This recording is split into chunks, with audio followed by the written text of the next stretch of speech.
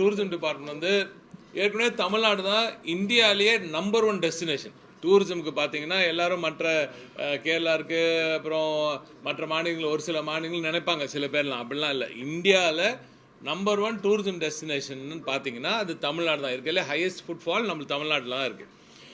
ஆனால் நம்ம வந்து ஒரு இது வரைக்கும் இன்னும் வந்து கல்ச்சர் ஹெரிட்டேஜ் இப்படியே போயிட்டுருக்கோம்.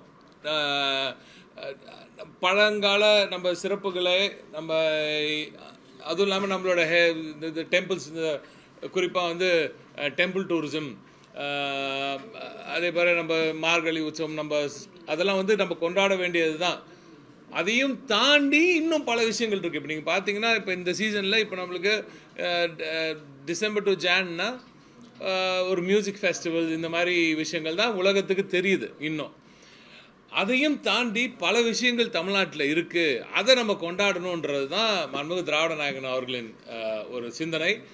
மாண்புமிகு அமைச்சர் அவர்கள், எனது அருமையண்ணன் அவர்கள், டூரிசம் மினிஸ்டர் அவர்கள் இந்த சிந்தனையெல்லாம் மாண்புமிகு முதலமைச்சர் அவர்கிட்ட கொண்டு போய் சேர்த்து, இதெல்லாம் நம்ம ஏற்கனவே நல்லா பண்ணிகிட்டு இருக்கோம், இதை இன்னும் அடுத்த லெவலுக்கு கொண்டு போகணும், அதை நம்ம செலிப்ரேட் பண்ணணும்னு சொல்லி சொன்னாங்க. குறிப்பாக பார்த்தீங்கன்னா சென்ற கூட்டத்தொடரில் கூட, சென்ற பட்ஜெட்டில் கூட, அதற்கு பிறகு நம்ம சிப்காட்டுக்கு வந்து டூரிசம் டெவலப்மெண்ட்டில் ஏரியா ஐடென்டிஃபை பண்ணி அந்த லேண்டை வந்து பெற்றுக் கொடுப்பதற்கான ஒரு உத்தரவை சிப்காட்டுக்கு கொடுத்துருக்கார். தொழில்துறைக்கு அந்த வேலையை மாண்புமிகு முதலமைச்சர் அவர்கள் கொடுத்துருக்கிறார். ஸோ நாங்கள் வந்து இடத்தை ஐடென்டிஃபை பண்ணி கொடுப்போம். அண்ணன் டிபார்ட்மெண்ட், நம்ம டூரிசம் டிபார்ட்மெண்ட் வந்து அதை டெவலப் பண்ணி ஷோகேஸ் பண்ணுவாங்க. இதுதான் இப்போ புது ஒரு முயற்சி, இதுவரை இல்லாத ஒரு முயற்சி. இப்போ அதை தாண்டி வந்து நம்மளோட 1776 கிலோமீட்டர் ஸ்ட்ரெச் இருக்குது, பீச் இருக்குது, கடல் சார்ந்த நமக்கு ஒரு கோஸ்ட் லைன் இருக்குது. அந்த கோஸ்ட் லைனை இது வரைக்கும் நம்ம யூஸ் பண்ணவே இல்லை பெருசாக. ஒரு பெரிய ஒரு டூரிசம் டெஸ்டினேஷனாக அதுக்கான ஆப்பர்ச்சுனிட்டிஸ் வந்து அவ்வளோ இருக்குது. ஆனால் அது இன்னும் முழுசாக நம்ம யூட்டிலைஸ் பண்ணலை. இதன் மூலம் நமது மீனவர் நண்பர்கள், அந்த குடும்பங்களுக்கெல்லாம் மிகப்பெரிய ஒரு பொருளாதார வளர்ச்சி கிடைப்பதற்கான வாய்ப்புகள் இருக்குது. ஸோ அந்த blue economy not only via industry, manufacturing, shipbuilding இப்படி மட்டும் இல்லாமல் கோஸ்டல் டூரிசமே மிகப்பெரிய ஒரு வளர்ச்சி. நீங்கள் இப்போ மெரினாலே பார்த்துருப்பீங்க.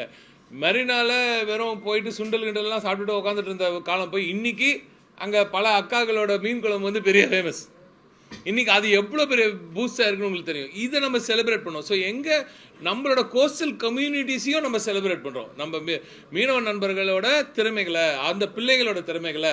இன்ஃபேக்ட் பார்த்தீங்கன்னா சர்ஃபிங், நம்ம மீனவர் பிள்ளைகள் வந்து இப்போ சர்ஃபிங்கில் வேர்ல்ட் சாம்பியன்ஸாக இருக்காங்க. அதே போல் டீப்சி டைவிங்கில் பெரிய லெவலில் பண்ணிகிட்டு இருக்காங்க. அப்போ அவர்களோட திறமையையும் செலிப்ரேட் பண்ணக்கூடிய ஒரு விஷயம். இதன் மூலம் வெளிநாட்டு பயணிகள் இன்னும் அதிகமாக நம்ம பகுதிக்கு வரக்கூடும். அவர்கள் நமது கோஸ்டல் பகுதிகளுக்கு, நமது கிராமங்களுக்கு செல்லக்கூடும். அங்கே அவர்கள் தங்கி, அப்போ ஈகோ டூரிசம் டெவலப் ஆகும். லோக்கலில் அங்கேயே தங்கி அவங்களோட what you call those rest houses, அங்கேயே பசங்கள் அந்த என்ன கெஸ்ட் ஹவுஸ் மாதிரி ஹோம் ஸ்டேஸ் எல்லாம் இன்னும் ஜாஸ்தி டெவலப் ஆகும். நிறைய நண்பர்கள் எனக்கே வந்து நிறைய ஃபாரினர்ஸ் எல்லாம், என்னோடய ஃப்ரெண்ட்ஸ் எல்லாம் கேட்கும்போது கூட, we want to enjoy culture அப்படின்னும் போது, இப்போ காரைக்குடி போன்ற இடங்கள்லாம் நீங்கள் பார்த்தீங்கன்னா அங்கேயே தங்கி ஒரு அந்த காரைக்குடியோட அந்த ஹெரிட்டேஜ் ஸ்ட்ரக்சரை வந்து அவங்க செலிப்ரேட் பண்ணுறாங்க. ஏன் அதே மாதிரி நம்ம கோஸ்டில் இருக்கிற நம்ம மீனவ தோழர்களோட அந்த இல்லங்களில் தங்கி அந்த சாப்பாடு, அவங்களோட உணவு, அவங்களோட பரிமாற விதம், அவங்க வந்து கடலுக்கு போகும்போது எப்படி ரெடி பண்ணுறாங்க, இதுவே ஒரு ஹோம் ஸ்டேவாக கூட டெவலப் ஆகலாம். ஸோ இப்படி பல ஆங்கிள் இருக்குது.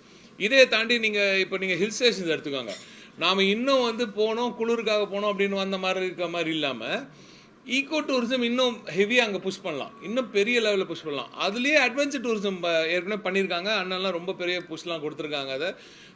அதில் வந்து இப்போ பேராகிளைடிங் அதெல்லாம் அங்கே நிறைய இன்னும் செய்யலாம். இப்படி பல ஆங்கிள் இருக்குது. Tamil Nadu is not only culture and heritage, it's also about sports tourism, it's also about surfing, it's also about deep sea diving, and it's about trekking. Fantastic trekking places இருக்குது தமிழ்நாட்டில். வைல்ட் லைஃப் அட்வென்ச்சர்ஸ் எவ்வளோ நம்மளுக்கு unlock பண்ணலாம்.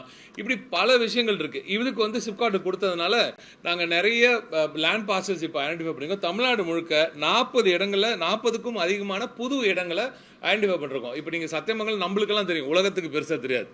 சத்தியமங்கலத்தோட beauty தெரியாது. அங்கே இயற்கைக்கு எந்த பாதிப்பும் இல்லாமல் ஈகோ டூரிசம், போன்ற விஷயங்கள்லாம் கொண்டு வந்து சேர்த்து ஏற்கனவே மாண்புமிகு முதலமைச்சர் அவர்கள் சமீபத்தில் திண்டுக்கல் மாவட்டத்துக்கு போனிருந்தபோது கொடைக்கானலில் ஒரு 100 ஏக்கர்னா கிட்டத்தட்ட 100 ஏக்கர் கிட்ட அங்கே ஐடென்டிஃபை பண்ணி அங்கே ஒரு மாடல் டூரிசம் வில்லேஜ் ஒன்று கிரியேட் ஆக போகுது. இதெல்லாம் சுற்றுச்சூழலுக்கு எந்த பாதிப்பும் இல்லாமல் லோக்கல் நம்ம சொசைட்டிக்கு பெரிய ஒரு பொருளாதார ஊக்கம் கொடுக்கும் அளவிற்கு இது நிச்சயமாக அமையும்.